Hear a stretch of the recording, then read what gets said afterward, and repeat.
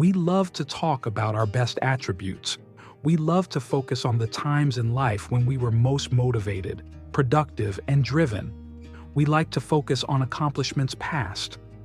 One thing I'm noticing in both myself and many others is that the distance from those attributes, purposes, and accomplishments is growing farther with each passing day.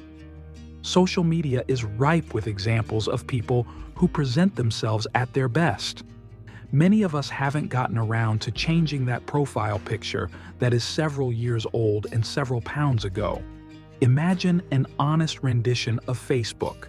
Imagine the contrast in content. Our interests, our aspirations, our job titles, our prestige, and our photo albums would likely be entirely different and much less flattering. Some aspects of the past are certainly defining and worth being proud of. Take those who have so proudly served our country. Their honor is well-deserved, and there's no doubt that they are shaped substantially by it. Still, their service is not the sum of their identity as a whole. In general, too many of us are leaning on the favorable things of the past as if they're a crutch that justifies our shortcomings of today and our lack of purpose in tomorrow. Take the once thriving musician that used to see his or her name on marquee all over the place. They may have once taken the stage with music icons of the era. However, now booking a coffee house or restaurant is the sum of their adventures. Chances are they'll spend most of their time in conversation talking about who they used to be, the crowds they used to play for, and the money they used to make. The guy that was once a competitive bodybuilder or model will likely relive the glory days of his pursuit, though he now has a beer belly and a hairline resembling that of Ben Franklin. Identity can be a tricky thing. The fact is that we are not who we were. We're who we are in the given progression of time. The washed-up musician remains such as long as his focus is to the rear. Likewise, the aged ex-bodybuilder is now just a husky guy with stories and an ego that's tremendously outdated. What's my point? My point is that as long as we devote our lives to the past, we will be completely unequipped for a meaningful future. I'm no exception. I've spent far too much time reminiscing on what was once a lucrative and interesting profession. That's no longer the case.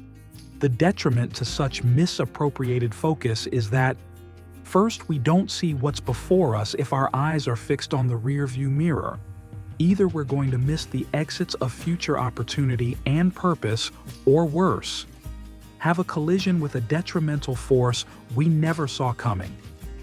Second, it's difficult, nigh impossible to display the perpetual thanksgiving we ought to have when we're looking back at what we might call better days. I don't want to miss the rest of my life because I'm stuck on one previous season. This lesson lends itself to many areas, but nowhere is it more poignant than in the lives of followers of Christ. We never retire from the faith. God always has missions and assignments for all of His people. He always has a path set before us. Unfortunately, it's one we often miss because we're resting in the identity of former self rather than in that of children of God and recipients of His sanctifying progression. I was once a thriving professional musician. I was once in much better shape. My hair once inhabited more real estate on my head. I once was the life of the party.